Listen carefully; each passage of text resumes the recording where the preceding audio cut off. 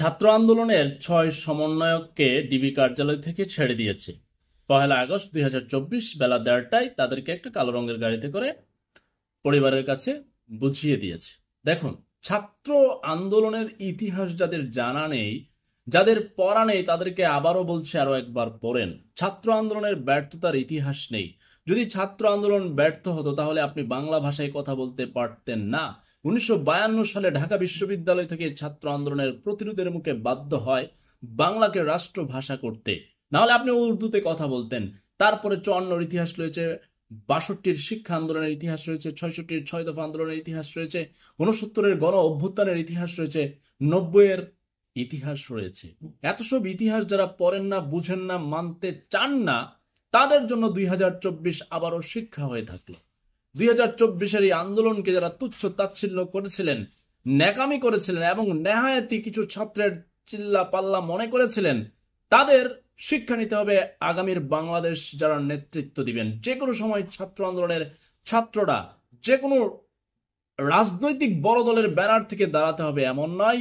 বিশ্ববিদ্যালয়, college, school, নানান লেভেলের ছাত্র সমাজ গড়ে উঠবে এবং নতুন নতুন রাজনৈতিক কর্মসূচি দিয়ে যে ক্ষমতায় থাকবে তাকে কাঁপিয়ে ছাড়বে এবং ২০২৪ তার প্রমাণ।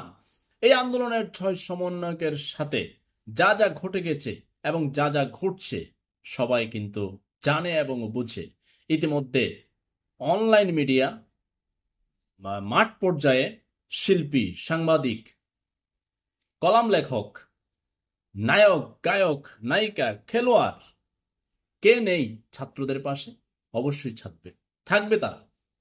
আমি একজন সাবেক ছাত্র হিসেবে একেবারে প্রথম থেকে ছাত্রদের সাথে আছি এবং এখনো আছি, ভবিষ্যতেও থাকবো।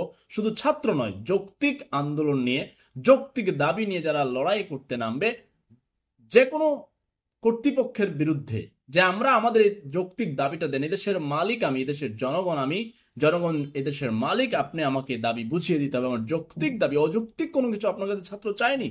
ছাত্র আপনার কাছে চাকরি চায়নি, ছাত্র তার অধিকার চেয়েছে, ছাত্র যৌক্তিক ব্যাখ্যা বিশ্লেষণ করেছে, কিন্তু আপনি সেটাকে মানেননি, বুঝেননি। বিভিন্ন পদের পদবীর লোক আপনারা ঘাটতারামি করে এটাকে এমন পর্যায়ে পৌঁছেছেন যার বিনিময়ে ২০০-র উপরে প্রাণ চলে গেছে। ১০০০ কোটি টাকা দিয়েও তো সে একটা প্রাণ তার পরিবারে আপনি ফিরিয়ে দিতে পারবেন না।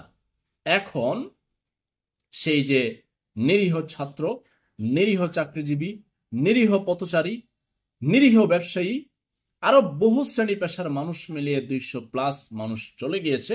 এখন তাদেরকে কে কে মেরেছে তার একেবারে সঠিক, নিরপেক্ষ, আন্তর্জাতিক, দেশীয় সহ তদন্ত সাপেক্ষে কে কে এই কাজগুলো করেছে, নিরীহ শিশুকে মেরেছে, কিশোরকে মেরেছে, ব্যবসায়ীকে মেরেছে, সাংবাদিককে মেরেছে, সব কিছু বেরিয়ে, এমনকি প্রশাসনের ৪ জনও কিন্তু চলে গিয়েছে।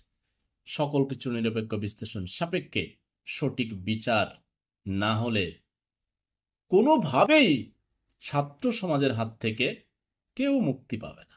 ছাত্র সমাজের যে স্পৃহা এবং তাদের যে দুরন্ত গতি, তা থামানোর ক্ষমতা কার আছে? ইতিমধ্যে দেখছেন ১লা জুলাই থেকে আজকে ১লা আগস্ট প্রায় ৩২ দিন ধরে চলছে। একজনকে নিচ্ছেন, আরেকজন বেরিয়ে আসছে। এক একটা ইউনিভার্সিটির ছাত্র এক একটা পাহাড় সমান। এক একটা ইউনিভার্সিটির ছাত্র একটা মন্ত্রী হওয়ার যোগ্যতা রাখে, একটা ইউনিভার্সিটির ছাত্র একটা বিভাগকে চালানোর যোগ্যতা রাখে। তারাই তো আগামীর বাংলাদেশকে নেতৃত্ব দিবে। আজকের ছাত্র, আজকের ছাত্রী সেই স্কুলে পড়ছে, কলেজে পড়ছে, ইউনিভার্সিটিতে পড়ছে, সেই তো বাংলাদেশকে চালাবে। আজকের বাংলাদেশের যারা কর্তৃপক্ষ, তারা বুড়ো হয়ে যাবেন, মারা যাবেন, হারিয়ে যাবেন। পরবর্তীতে কারা আসবে? ওরা আসবে। তো ওদের কোনো যৌক্তিক দাবিকে তুচ্ছ তাচ্ছিল্য করার অধিকার আপনি রাখেন না। নতুন একটা শিক্ষা কারিকুলাম হয়েছে, এটা নিয়ে কত বিতর্ক। অভিভাবকরা কথা বলছে, ছাত্রছাত্রীরা কথা বলছে, তাদেরকে নানানভাবে আপনারা অপব্যাখ্যা দিচ্ছেন। কেন? নতুন কারিকুলামে কি বিতর্ক নেই? সমস্যা নেই? আছে। এটা নিয়ে আরেকদিন কথা বলবো, অতীতেও বলেছি। তো ৬ সমন্বয়ককে মুক্তি দিয়েছে না, দিতে বাধ্য হয়েছে নাগরিক সমাজ, শিক্ষক সমাজ, সাংবাদিক সমাজ, শিল্পী সমাজ, শ্রেণী পেশার সকল মানুষজন ছাত্রদের পক্ষে দাঁড়িয়েছে। অতীতের ইতিহাস এটাই বলে ছাত্রদের পক্ষে তারা দাঁড়াবে, আর তার প্রমাণ ২০২৪ আবারও করেছে। মনে করে দিয়েছে ৫২, ৫৪, ৬২, ৬৬, ৬৯, ৯০-এর কথা। কর্তৃপক্ষের ঠান্ডা মাথায় এগুলো বুঝেন, অনুধাবন করেন ইতিহাস জানেন এবং পড়েন।